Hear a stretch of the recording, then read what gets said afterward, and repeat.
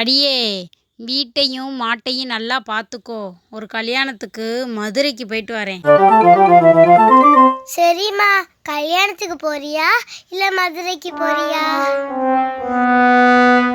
அடியே, மதுரையில் ஒரு கல்யாணம், அதுக்கு போயிட்டு வரேன். மாட்டை நல்லா பார்த்துக்கோ. சரிம்மா.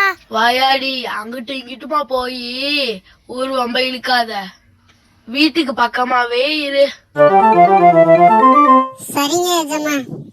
தீவனத்தை போட்டு போனா போகும்போதே தடங்கல் பண்றியேன்னுவ, போயிட்டு வந்தப்புறம் கேட்டா இப்பதான் அழுத்து செலுத்து வந்திருக்கேன்னு சொல்லுவ. எனக்குன்னு ஒரு புழு பூச்சி கிடைக்காமையா போயிரும்? என்னடி, பொழுது போயிருச்சு, லைட்டை போடாம உட்காந்து மாட்டையே பார்த்துக்கிட்டு இருக்க? நீ தானம்மா நல்லா மாட்டை பார்த்துக்கோன்னு சொன்ன. அதுதான் நான் சாப்பிடாம கூட மாட்டை பார்த்துக்கிட்டே இருக்கேன். தாய் சொல்ல தட்டாத மகமாவ மக. தண்டவாளத்தை தலைய வச்சு படுன்னு சொன்னாலும் பேசாம படுத்துக்கும். அட அவ மாட சாம்பிராணிமா. அடியே அறிவு கட்டவளே, இந்தா இந்த பைய பிடி, முதல்ல சாப்பிடு. சரிம்மா. அம்மா, நீ கொண்டு வந்த பையில முதல்ல கறியே இல்லையேம்மா. நான் எப்படி முதல்ல கறி இருக்குன்னு சொன்னேன்? இந்த பை முதல்ல சாப்பிடுன்னு சொன்னையேம்மா.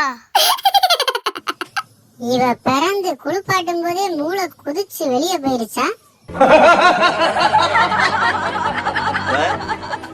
அடியே பல்லு விளக்காத சிரிக்கி, பல்ல விளக்கிட்டு பழைய கஞ்சிய குடி. ஆம கறிய எங்க முதல கறிய எங்கன்னுக்கிட்டு முட்டா கழுத. வாயாடி, ரொம்ப வறுக்காத. இரு, ஒரு நாளைக்கு உன் கறியை சாப்பிடுறேன். போய் பரீட்சைக்கு படிடி. பரீட்சையில ஆமக்கறி முதல கறி கோழிக்கறின்னு எழுதி வைக்காத.